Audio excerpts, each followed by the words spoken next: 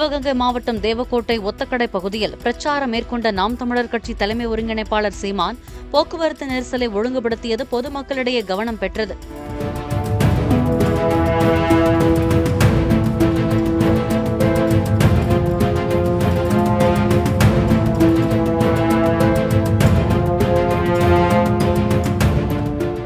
பிரச்சார வாகனத்தில் நாம் தமிழர் கட்சியின் நிர்வாகி பேசிக் கொண்டிருந்தபோது கீழே போக்குவரத்து நெரிசல் ஏற்பட்டதால் அதை சீமானே இறங்கி ஒழுங்குபடுத்தினார். பின்னர் பேசத் தொடங்கிய அவர் போக்குவரத்து நெரிசலை சுட்டிக்காட்டி பாதியிலேயே உரையை முடித்துக் கொண்டார்.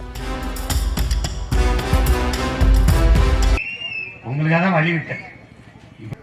என்ன பிரச்சனையே நிக்குது ஐயா, கவலையா?